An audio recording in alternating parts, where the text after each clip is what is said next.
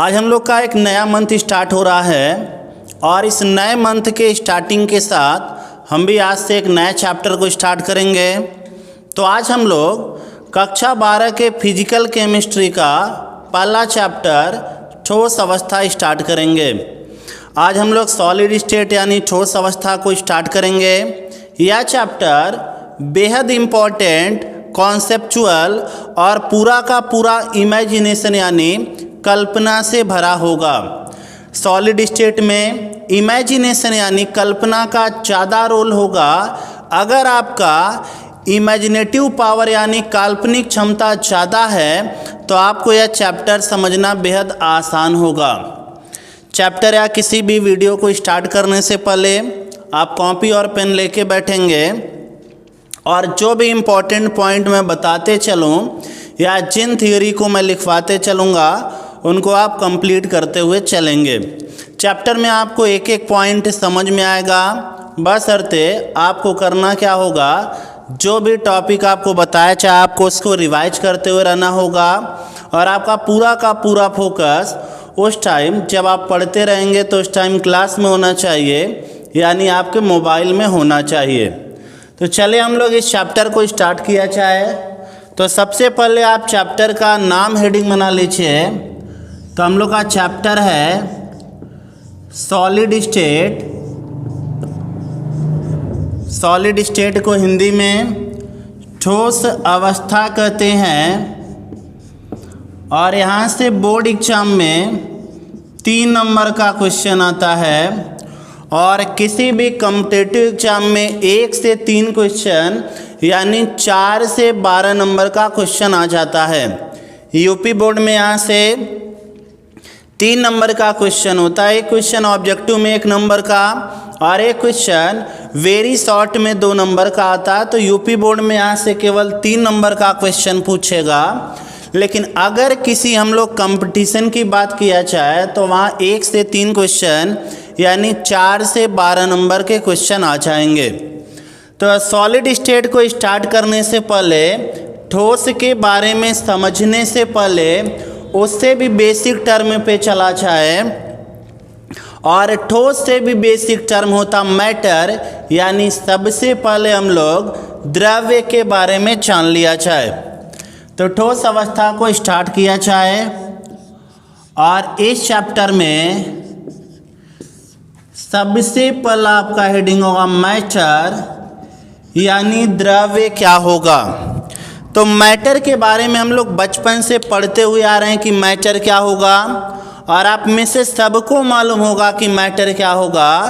तो मैटर के लिए बेसिकली 2 प्रॉपर्टी होना चाहिए। एक तो इसके पास मास होना चाहिए, यानी इसके पास द्रव्यमान होना चाहिए, और दूसरी प्रॉपर्टी यह होना चाहिए कि यह स्थान घेरे, यानी इट ऑक्यूपाई स्पेस। मैटर के लिए हमारे पास 2 प्रॉपर्टी होना चाहिए। पहला प्रॉपर्टी तो यह होता है कि हर मैटर का कुछ ना कुछ मास होता है। जैसे एयर हमारा मैटर है तो एयर का कुछ ना कुछ मास होता है, जिसको बचपन में आपने देखा होगा, एक एक्सपेरिमेंट के जरिए आपने निकाला होगा। एक बैलून लिया होगा तो एक बार बैलून का मास आपने मेजर किया होगा, फिर बैलून में हवा भर के फिर मास मेजर किया होगा, वहाँ से आपको एयर का मास मिला होगा। तो मैटर क्या होगा, मैटर के लिए पहला कंडीशन यह होगा कि मैटर के पास मास होना चाहिए और दूसरा कंडीशन यह होगा कि मैटर स्पेस को ऑक्यूपाई करेगा, यानी स्थान को घेरेगा। तो क्या मैटर होगा, मैटर माने anything that have mass and occupy space is known as matter, यानी वह कुछ भी जिसके पास द्रव्यमान होगा और जो स्थान को घेरेगा उसको क्या कहेंगे, मैटर। दोबारा आप सुनेंगे मैटर क्या होगा। तो मैटर के लिए मैं कह रहा हूँ कि 2 कंडीशन को फॉलो करना जरूरी होगा, जिसमें पहला कंडीशन यह होगा कि मैटर के पास मास होना जरूरी है, यानी द्रव्यमान होना जरूरी है, और दूसरा कंडीशन यह होगा कि यह स्थान को घेरेगा। तो जिसके पास भी मास होगा और वह स्थान को घेरेगा उसे मैटर कहेंगे, और मैटर के बारे में हमने बचपन से ही जाना है। अब मैं बहने के आधार पे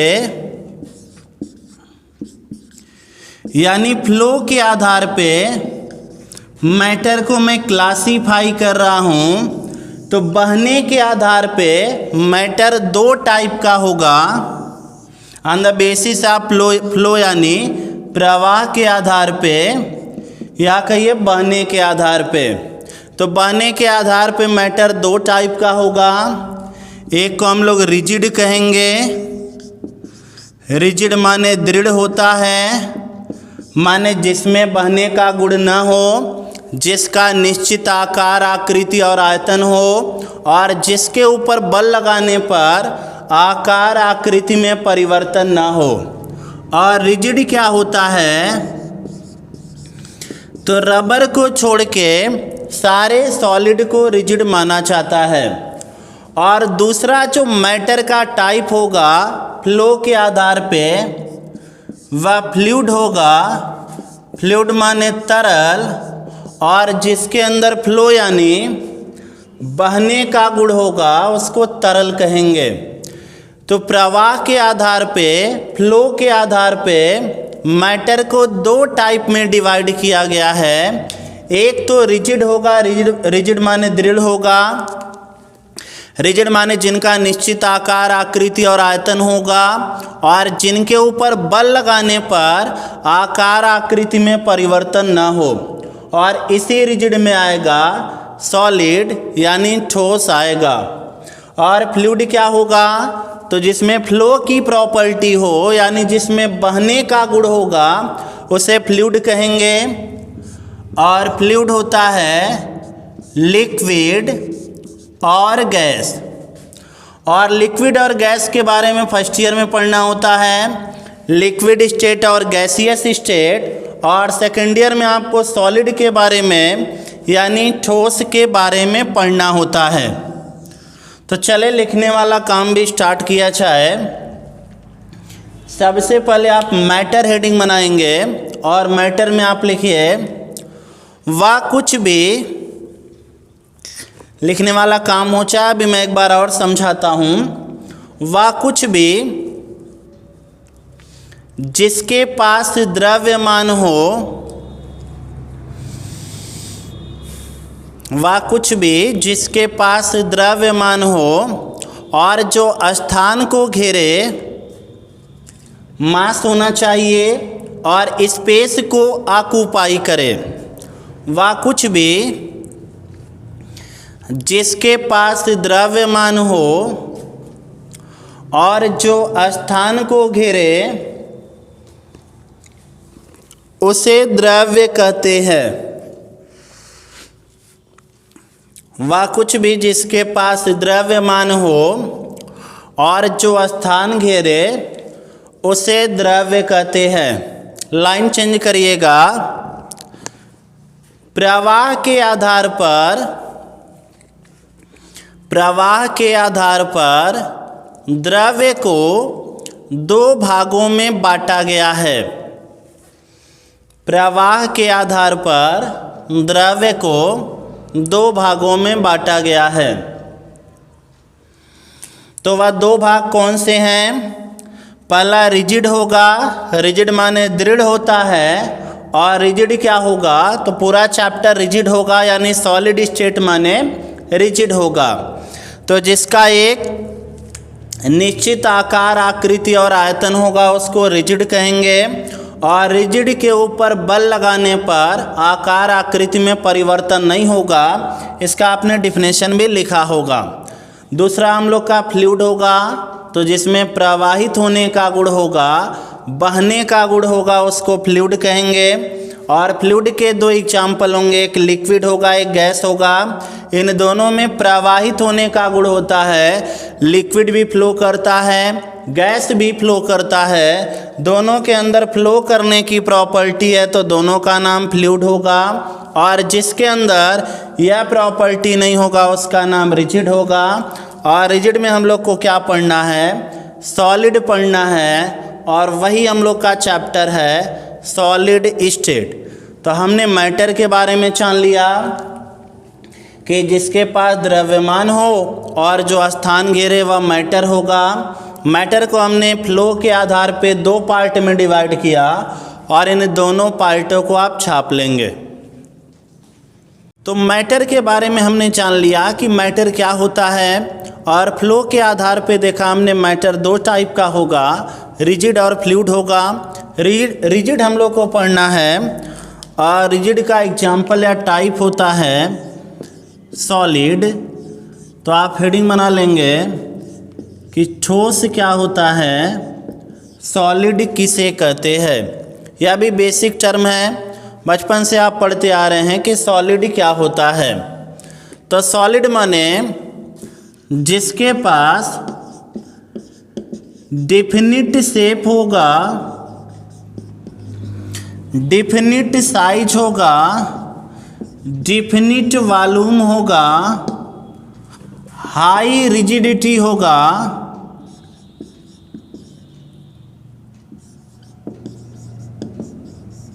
लो कंप्रेसिबिलिटी होगा, ऐसे पदार्थ का नाम क्या होगा, ठोस होगा।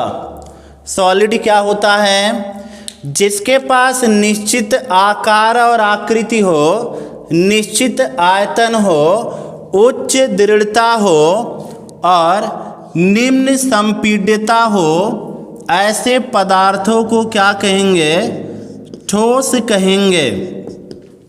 ठोस क्या होता है, जिन पदार्थों का निश्चित आकार आकृति आयतन हो और इनमें उच्च दृढ़ता और निम्न संपीड्यता का गुण पाया जाए, उन पदार्थों को क्या कहेंगे, ठोस कहेंगे। ठोस के बारे में एक पॉइंट आपको और मालूम होगा, इनमें जो घटक कण होता है वह परस्पर पास पास प्रबल इंटर पार्टिकल बल के द्वारा बंधा होता है। तो सॉलिड क्या होता है, ऐसे पदार्थ जिनका निश्चित आकार आकृति और आयतन हो, इनमें उच्च दृढ़ता और निम्न संपीड्यता का गुण पाया जाता है। ठोस में जो घटक कण होगा वह परस्पर पास पास प्रबल अंतरकणीय बल द्वारा बंधा होगा। तो इसकी परिभाषा आप लिख लीजिए,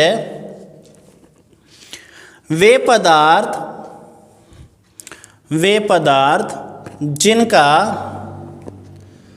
निश्चित आकार आकृति और आयतन होता है, वे पदार्थ जिनका निश्चित आकार आकृति और आयतन होता है तथा इनमें वे पदार्थ जिनका निश्चित आकार आकृति और आयतन होता है तथा इनमें उच्च दृढ़ता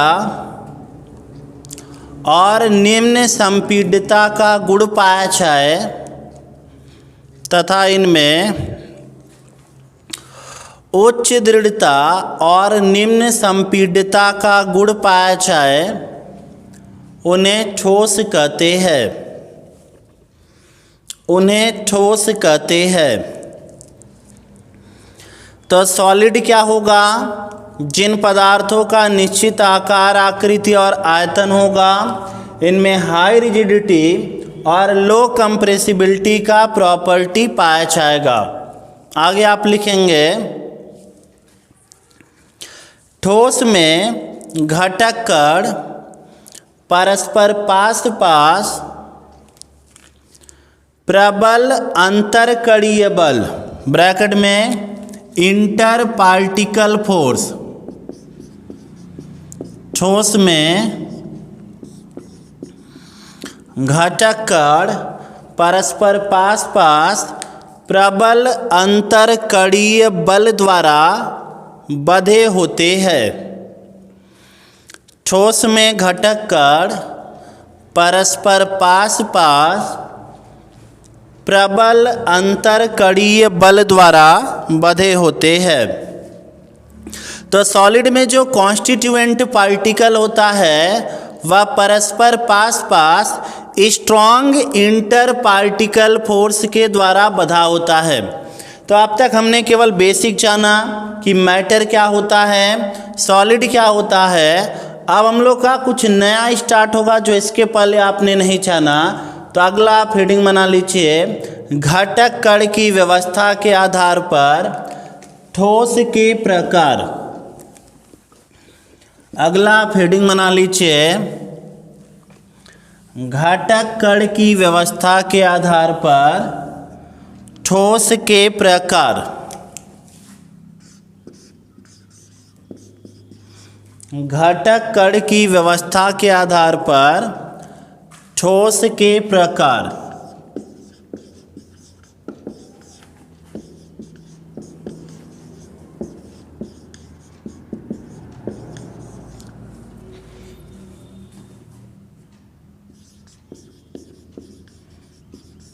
Type of solid on the basis of arrangement of constituent particle। घटक कणों की व्यवस्था के आधार पर ठोस के प्रकार।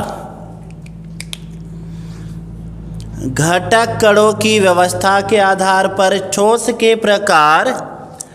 Type of solid on the basis of arrangement of constituent particle.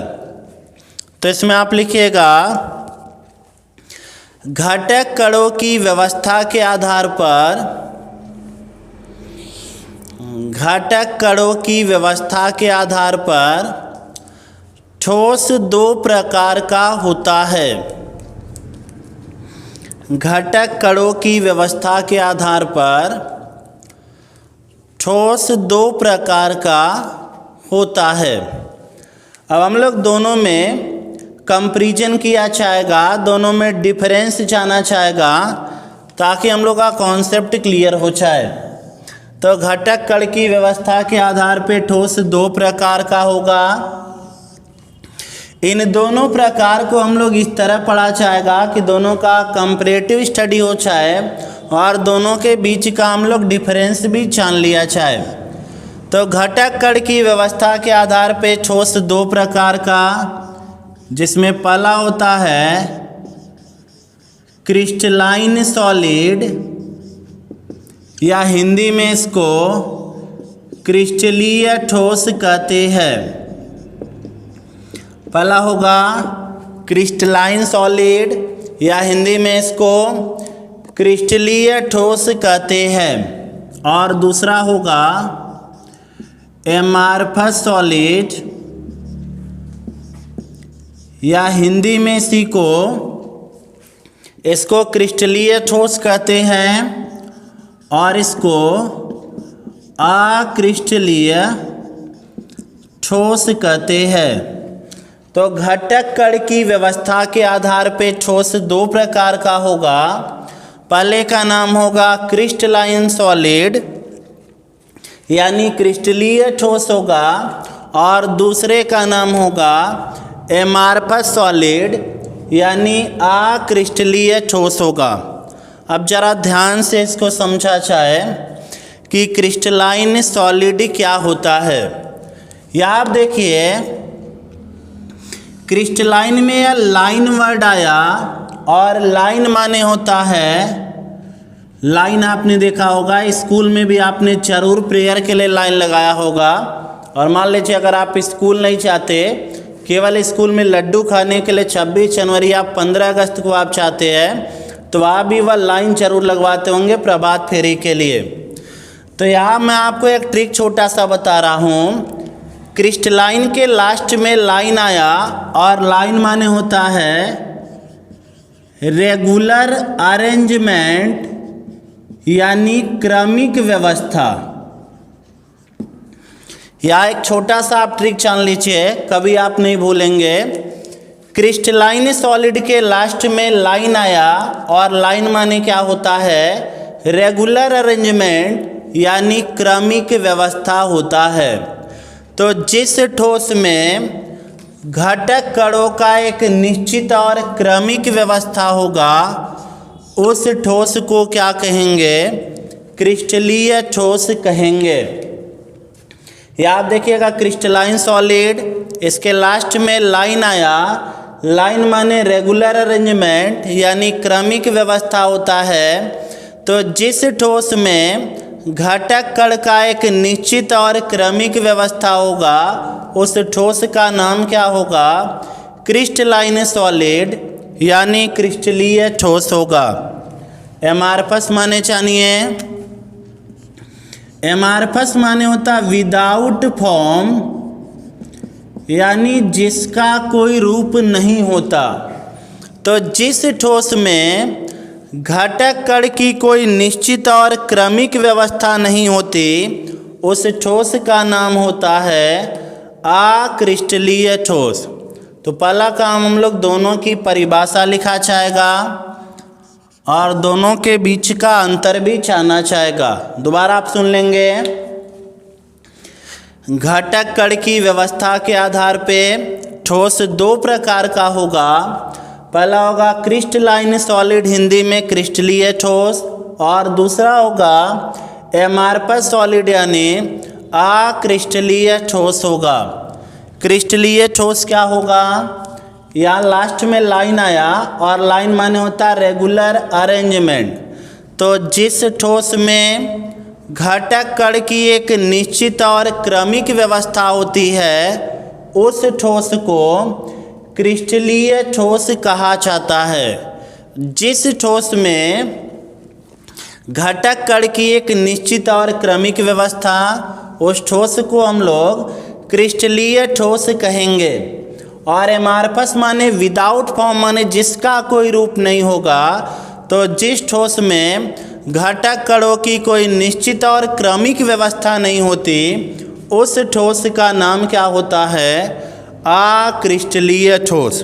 तो चलिए इसको स्टार्ट किया जाए। आप लिखेंगे इसकी परिभाषा। वे ठोस जिनमें घटक कणों की निश्चित और क्रमिक व्यवस्था होती है,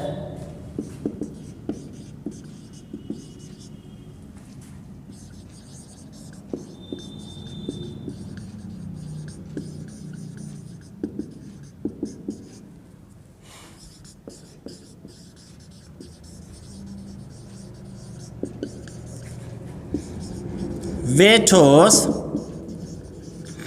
जिनमें घटक कणों की एक निश्चित और क्रमिक व्यवस्था होती है, उन्हें क्रिस्टलीय ठोस कहते हैं।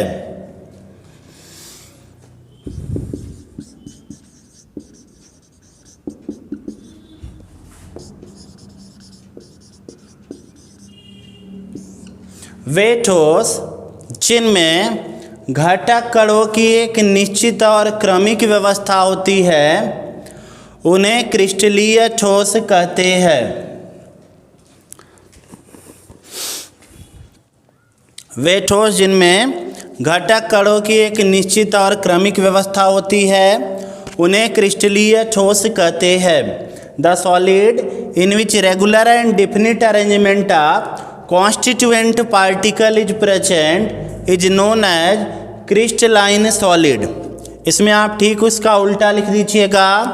वे ठोस जिनमें घटक कण की कोई निश्चित और क्रमिक व्यवस्था नहीं पाई जाती, उन्हें अक्रिस्टलीय ठोस कहते हैं। वे ठोस जिनमें घटक कणों की कोई निश्चित और क्रमिक व्यवस्था नहीं पाई जाती, उन्हें अक्रिस्टलीय ठोस कहते हैं। तो पहला काम, दोनों का हमने परिभाषा जान लिया। इसमें घटक कण एक निश्चित और क्रमिक व्यवस्था में होंगे। इसमें घटक कणों का कोई निश्चित और क्रमिक व्यवस्था नहीं होगा। क्रिस्टलाइन सॉलिड में आपको रेगुलर और डिफिनिट अरेंजमेंट दिखाई देगा, और इसमें आपको इरेगुलर और अनडिफिनिट अरेंजमेंट दिखाई देगा। अगर कॉन्स्टिट्यूएंट पार्टिकल किसी रेगुलर अरेंजमेंट में होंगे तो उस सॉलिड का नाम क्रिस्टलाइन सॉलिड, और तीतर बीतर बिना किसी अरेंजमेंट के होंगे तो उस सॉलिड का नाम एमार्फस सॉलिड होगा। अब आप दूसरा पॉइंट यह लिखिएगा कि जो क्रिस्टलाइन सॉलिड होता है या वास्तविक ठोस होता है, यानी यह ट्रू सॉलिड होता है या वास्तव का ठोस होता है, या ठोस के लिमिटेशंस को फॉलो करता है। ठोस के लिए जो कंडीशन बताया गया है उस कंडीशन को क्रिस्टलाइन सॉलिड फॉलो करता है। माने इनका निश्चित आकार, आकृति, आयतन होगा, इनमें हाई रिजिडिटी और लो कंप्रेसिबिलिटी की प्रॉपर्टी होगा, तो यह वास्तविक ठोस होता है। लेकिन इनके बारे में जान लीजिए, या आभासी या कहिए जिसको ठंडा करके बनाया जाए, जिसको हिंदी में अतिशीतित कहते हैं, यानी सुपर कूल्ड सॉलिड होता है। तो दूसरा पॉइंट यह होगा कि क्रिस्टलाइन सॉलिड ट्रू सॉलिड होता, माने वास्तव में यह ठोस होता है या ठोस के प्रॉपर्टी का पालन करेगा, और एमार्फस सॉलिड जो होता है वह सूडो यानी आभासी या सुपर कूल्ड, माने जिसको ठंडा करके बनाया जाए, अतिशीतित ठोस होगा। तो दूसरा पॉइंट आप लिखिए, या वास्तविक ठोस होते हैं, दीज आर ट्रू सॉलिड, और इसमें लिखिएगा या आभासी। तो हमने जान लिया दूसरा पॉइंट कि यह ट्रू सॉलिड होगा और यह सूडो या सुपर कूल्ड सॉलिड होगा। तो तीसरा पॉइंट आप जानिए कि इनमें जो कण होगा उसका दीर्घ परिसर व्यवस्था होगा, यानी इनमें घटक कणों का लंबा लंबा चेन होगा। क्रिस्टलाइन सॉलिड में घटक कणों का लंबा चेन होगा, घटक कणों की दीर्घ परिसर व्यवस्था होगा, और अक्रिस्टलीय में घटक कणों का दीर्घ परिसर व्यवस्था नहीं होगा। दीर्घ परिसर और लघु परिसर जरा आप समझिएगा। अगर घटक कणों का लंबा चेन होगा तो उसको दीर्घ परिसर कहेंगे, और घटक कणों का अगर छोटा चेन होगा तो उसको लघु परिसर व्यवस्था कहेंगे। तो क्रिस्टलीय ठोस में घटक कणों की एक दीर्घ परिसर व्यवस्था होती है, और अक्रिस्टलीय ठोस में घटक कणों की एक लघु परिसर व्यवस्था होती है। तो तीसरा पॉइंट आप लिखिएगा,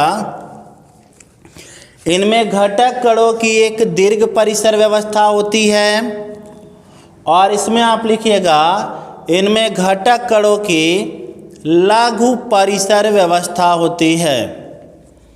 इनमें घटक कणों की दीर्घ परिसर व्यवस्था होती है, इसमें कहिएगा इनमें घटक कणों की लघु परिसर व्यवस्था होती है। तो हम लोग का तीसरा पॉइंट हो गया। जरा इन तीनों पॉइंटों को दोबारा रिवाइज कर लिया जाए। जिस ठोस में घटक कणों का एक निश्चित और क्रमिक व्यवस्था, उसका नाम क्रिस्टलीय ठोस। कोई निश्चित और क्रमिक व्यवस्था नहीं होगा, अक्रिस्टलीय ठोस होगा। या वास्तविक ठोस होगा या आभासी ठोस होगा। इनमें घटक कणों का लघु परिसर व्यवस्था होगा, दीर्घ परिसर व्यवस्था और इसमें घटक कणों का लघु परिसर व्यवस्था होगा। अगला पॉइंट आप लिखिएगा, तो यह हम लोग घटक कण के व्यवस्था के आधार पे ठोस का वर्गीकरण किए और इन दोनों ठोसों को हम लोग समझा जा रहा है। 3 पॉइंट हमने इनके बारे में जाना, 3 और पॉइंट में इनके बारे में आपको बताऊंगा। चौथा पॉइंट यह होगा कि जो क्रिस्टलाइन सॉलिड होता है या एनिसोट्रॉपिक होता है, एनिसोट्रॉपिक यानी विषमदैशिक होता है,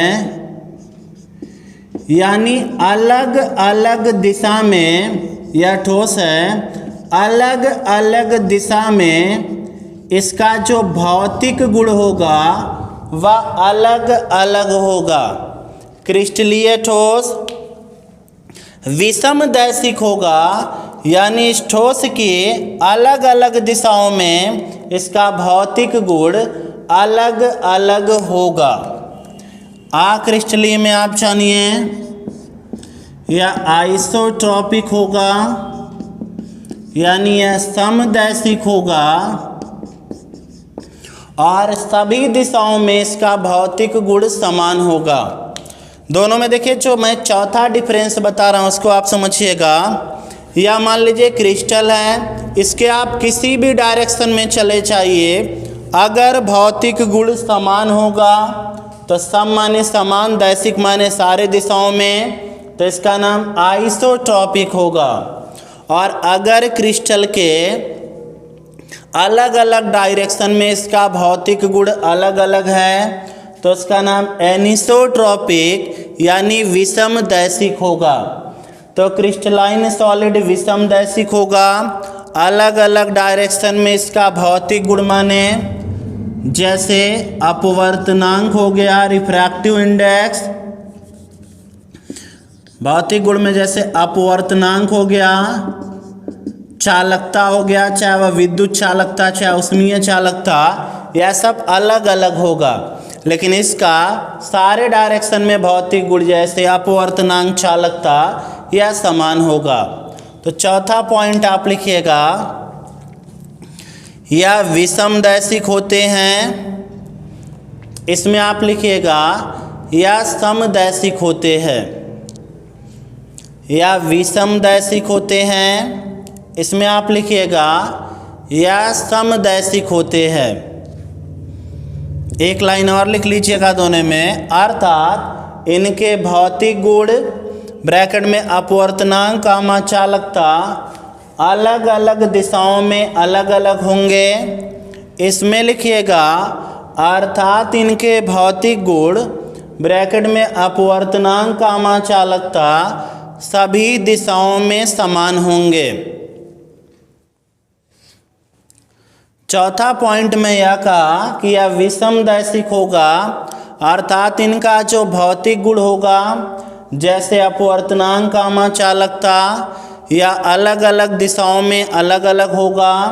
और यह समदैशिक होगा, अर्थात इनका जो भौतिक गुण होगा जैसे अपवर्तनांक चालकता वह सभी दिशाओं में समान होगा। पांचवा पॉइंट हम लोग यह कहेंगे, इनका शार्प मेल्टिंग पॉइंट और बॉइलिंग पॉइंट होता है, माने इनका निश्चित गलनांक और क्वथनांक होगा। जैसे हमने कहा कि किसी क्रिस्टलीय ठोस का गलनांक है 727 डिग्री सेंटीग्रेड, माने इनका एक निश्चित और क्रमिक, इनका एक निश्चित गलनांक और क्वथनांक है।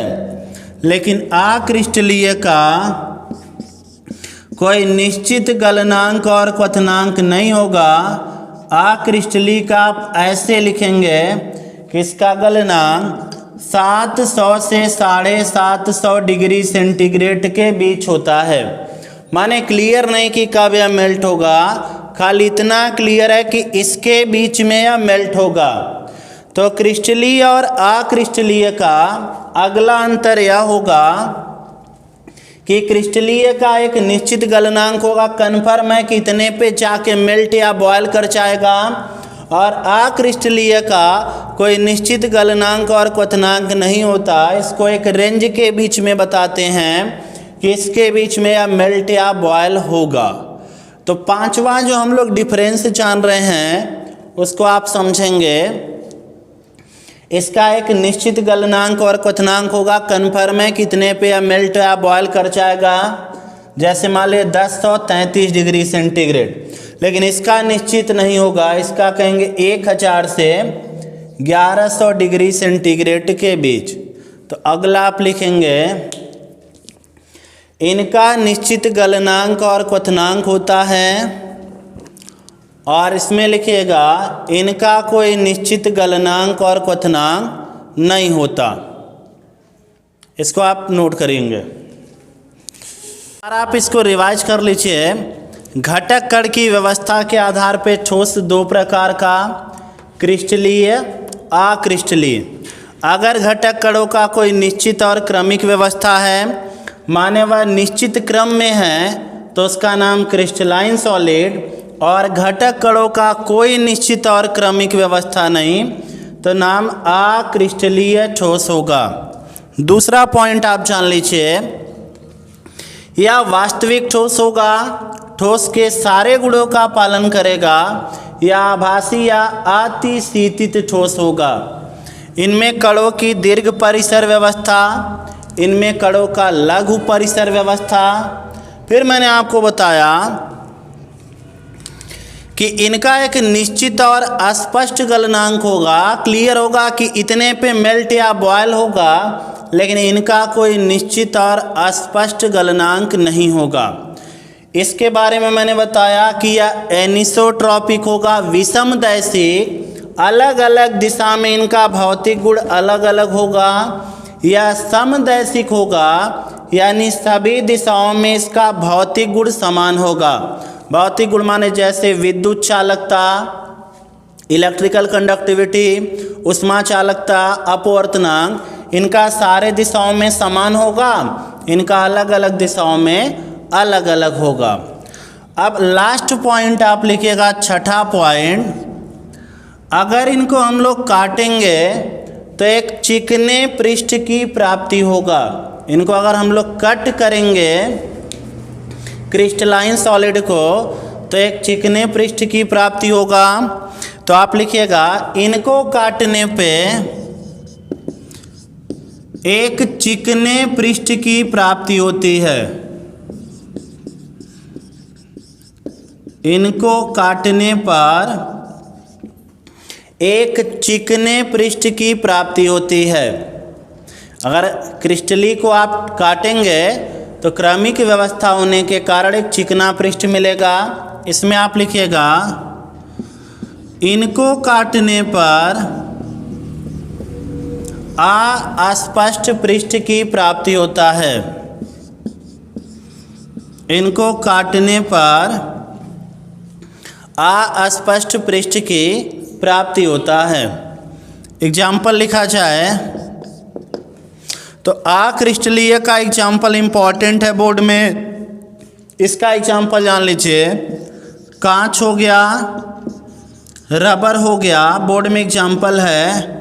अरे बोर्ड में इम्पॉर्टेंट है, मोम हो गया, कांच, रबर, मोम हो गया, प्लास्टिक हो गया, मक्खन हो गया, यह सब अक्रिस्टलीय का एग्जाम्पल है। याद जरूर कर लीजिएगा, बोर्ड में इम्पॉर्टेंट है। कांच, रबर, मोम, प्लास्टिक और बटर हो गया। इसका एग्जाम्पल सारे मेटल, कोई भी आयनिक कंपाउंड, कोई भी कोवैलेंट कंपाउंड, यह सब क्रिस्टलीय ठोस का एग्जाम्पल होगा। कोई भी आप मेटल लिख लीजिएगा, कोई भी आप आयनिक कंपाउंड लिख लीजिएगा, कोई भी आप कोवैलेंट कंपाउंड लिख लीजिएगा, ठीक है। कोई भी आप कोवैलेंट कंपाउंड लिख लीजिए, या फिर ऐसा आप लिख लीजिए जो कोवैलेंट बॉन्ड बनाता हो। यह सब जो होगा वह अक्रिस्टलीय ठोस का उदाहरण होगा, ठीक है।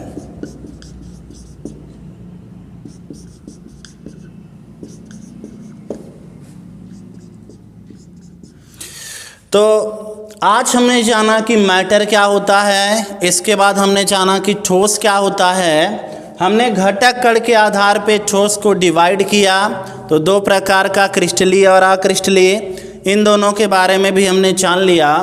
अब अगला हम लोग का लेक्चर जो होगा उसमें हम लोग क्रिस्टलाइन सॉलिड को पढ़ेंगे।